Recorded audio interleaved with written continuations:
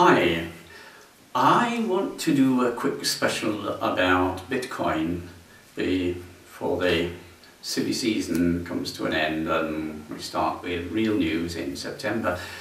The reason I want to do this is that there seems to be a lot of toing and froing because nobody's looked at the basic issues. Now, the basic issue is, of course, is Bitcoin something useful, something valuable? And what I'm going to try to do is to answer this question. And okay, there are two videos that are linked to showing the pros and the cons. And in the video description you'll find the two links to the YouTube videos.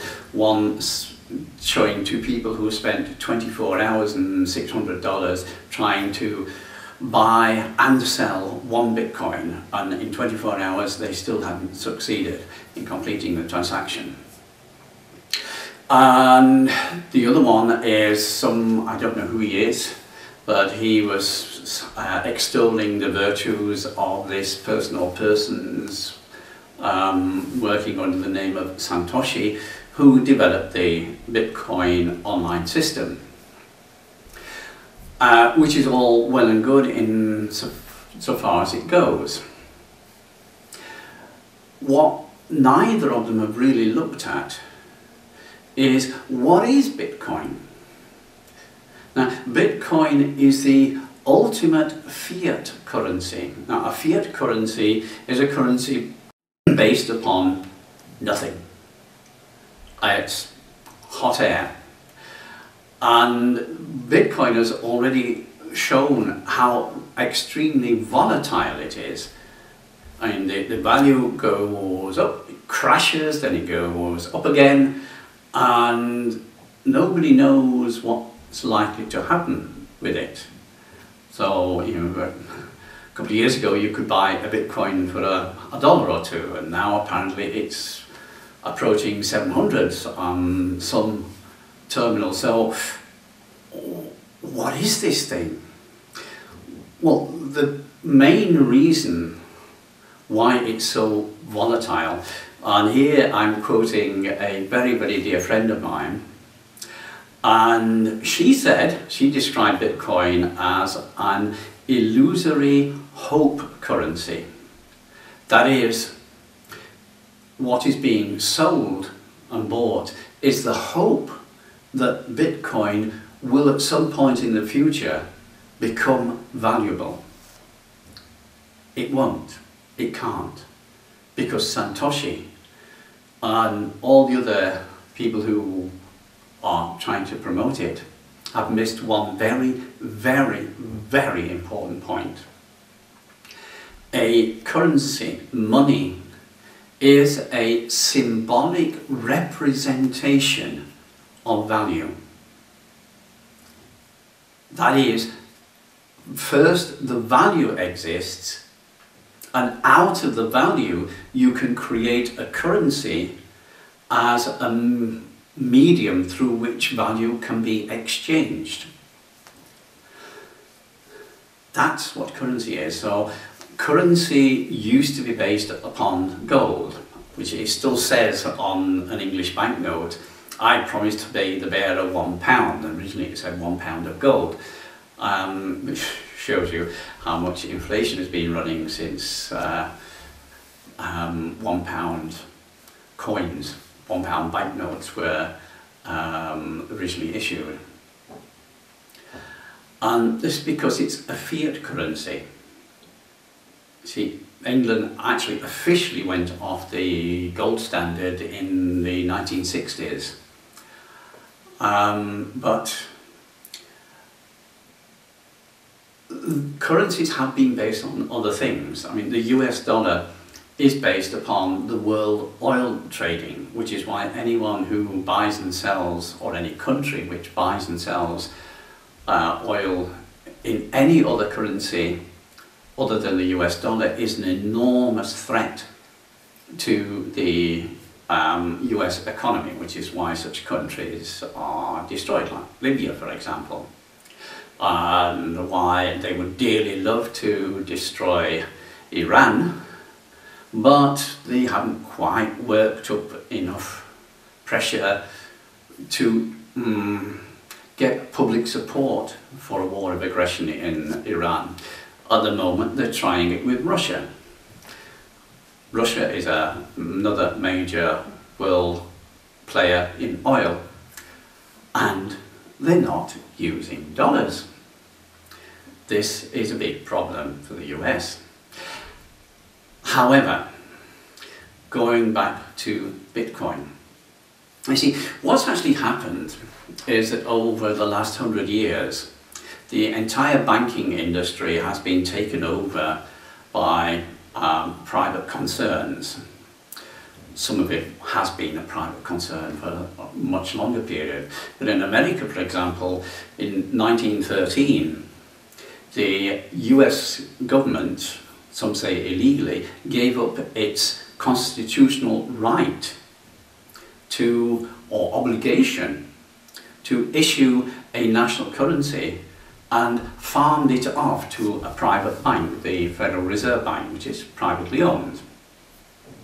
Now, this Federal Reserve Bank prints banknotes and rents them to the US government, who then have to pay the Federal Reserve Bank for the use of the currency plus interest.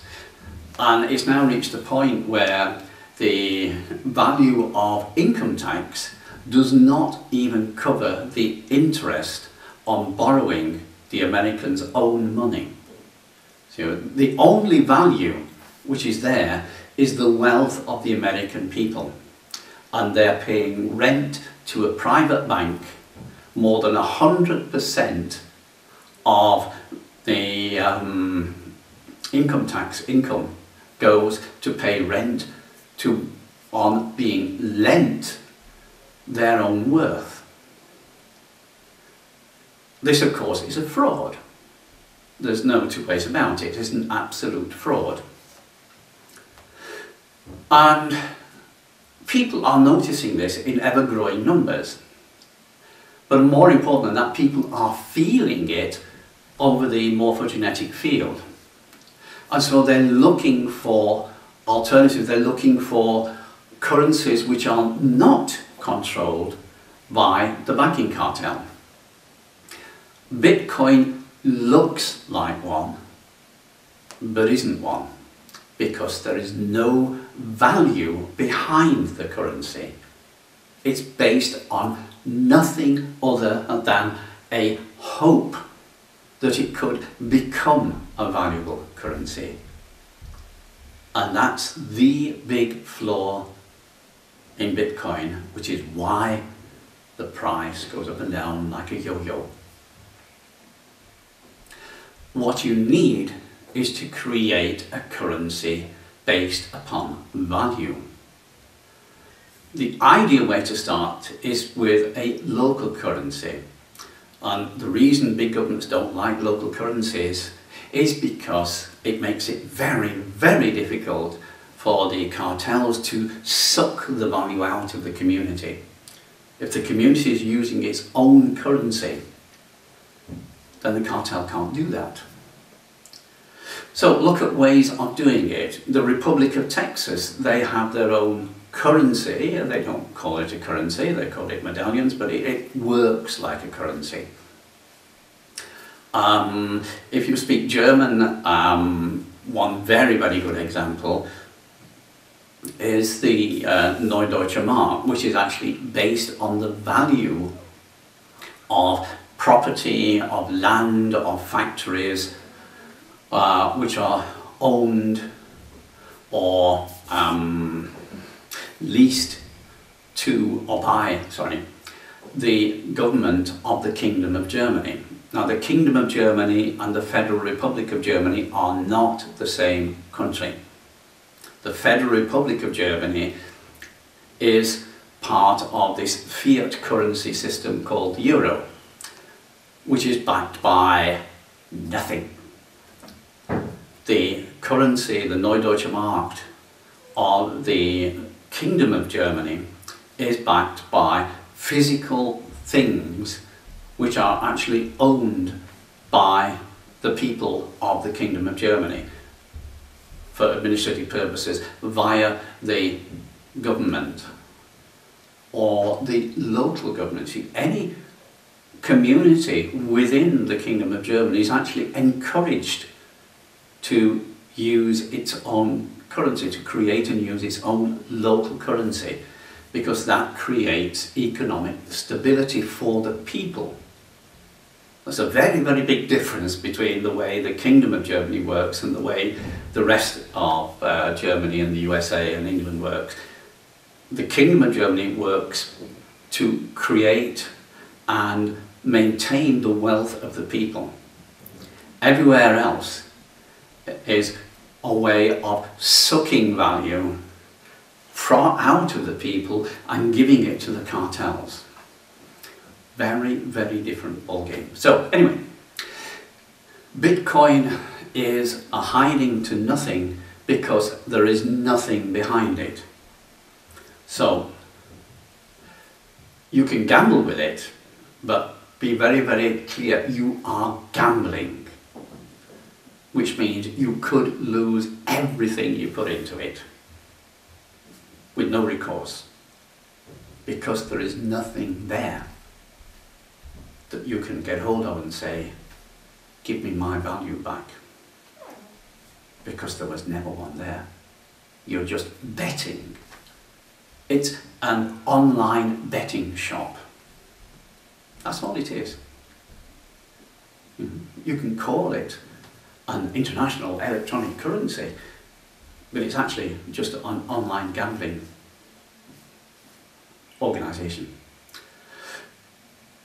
So, as I said, you want to move away from these fiat currencies, then the way to do it is to create your own local currency and make sure that step by step everyone in your area uses as first choice your local currency, and only where necessary do they use dollars or pounds or euros if they need to buy something outside of your immediate area. What the laws are in your country regarding local currencies, that's something you will have to look into. I can't advise for every country on the planet.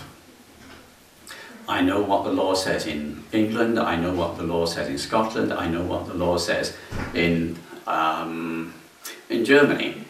But that, of course, does not apply to the USA and Canada. Look into it yourself, that whatever country you live in, there is a way of doing it. You just need to study to make sure that you're getting it right. Okay, thank you. Namaste.